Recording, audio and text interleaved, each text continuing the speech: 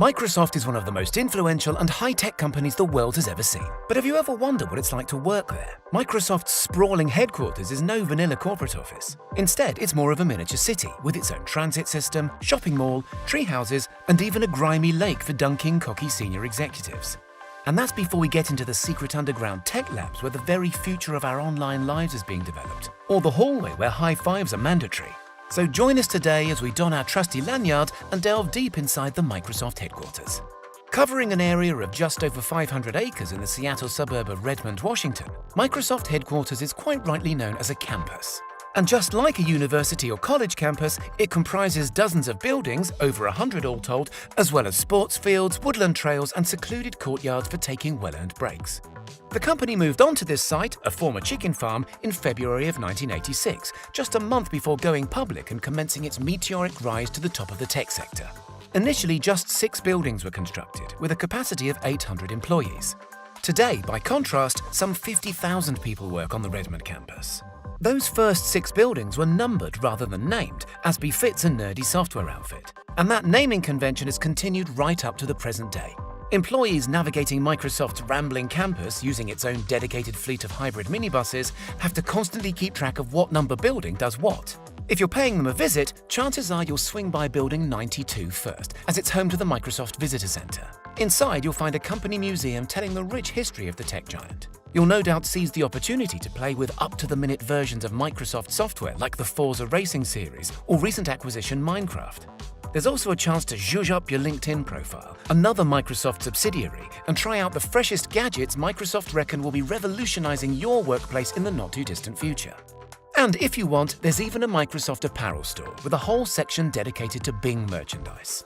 If you visit Building 16, be sure to make your way into the courtyard, where Walk of Fame-style panels have been installed in the flagstones to commemorate the great Microsoft product launches of the past. Building 8 is where a reportedly young, shy executive by the name of Bill Gates met his future wife Melinda. The story goes that both were working overtime as per usual. Nervous Bill summoned all the courage he could muster to go say hi to the pretty girl who was also hacking away late into the night. The rest is quite literally history. A word of caution concerning Building 7. If anyone ever suggests you meet them there, be sure to politely decline, because Building 7 doesn't even exist. Though an integral part of Microsoft's internal folklore and vibrant prank culture, nobody can say for sure why there's no Building 7. Some say city permit restrictions forbade it, others suggest the ground here is unsound. Still others imply it was just overlooked during the heady days of Microsoft's breakneck late 90s expansion. Just as mysterious, in its own way, Building 87 is where some of the company's most advanced hush-hush research happens. There's no way of knowing for sure what goes on in there, but teasing references to an Orwellian-sounding Department of Human Data or the hypnotic noise-suppressing anechoic chamber provide plenty of fuel for speculation around whatever Willy Wonka madness they're up to inside. Elsewhere, and a little more visible in terms of what it does, is the Maker Garage. Referencing the company's humble beginnings back in the Gates family's Albuquerque carport, the garage is a workshop set aside for employees to try out ideas they've been tinkering with in private. It's fully equipped with laser cutters, 3D printers, soldering gear, and every kind of tool you can imagine. The garage also hosts regular challenge nights, where staff explore the possibilities of the Internet of Things and even the futuristic science of biohacking. But it isn't all work and no play at Redmond, far from it. The campus also provides lots of opportunities for stressed engineers to unwind, including not 1 but 2 soccer pitches, a basketball court, softball nets, a green for playing Bulls variant bocce ball, and a handful of beach volleyball nets. There's even running trails, or if that sounds a bit too strenuous, inside several of the labyrinthine office buildings you'll encounter random pool tables and college campus classic ping pong. To help employees put in the long shifts necessary to keep Microsoft on top in a fiercely competitive marketplace, the company has provided the ultimate shared amenity. The Commons, first introduced to the Redmond campus in 2009, is a 2-story, 1.4 million square foot mall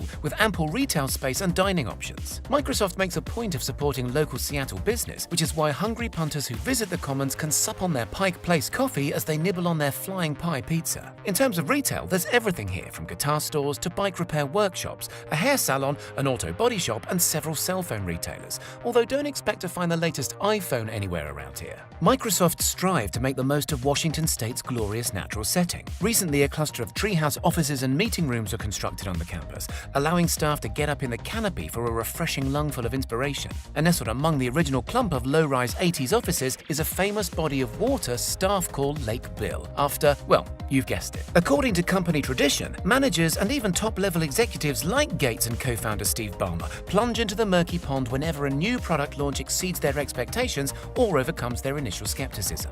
All this is designed to foster a culture of collaboration and a sense of family at Microsoft. And if you're lucky enough to visit the Microsoft campus yourself, be sure to play along, especially when you pass someone in the famous high five corridor. What could be more fun than that?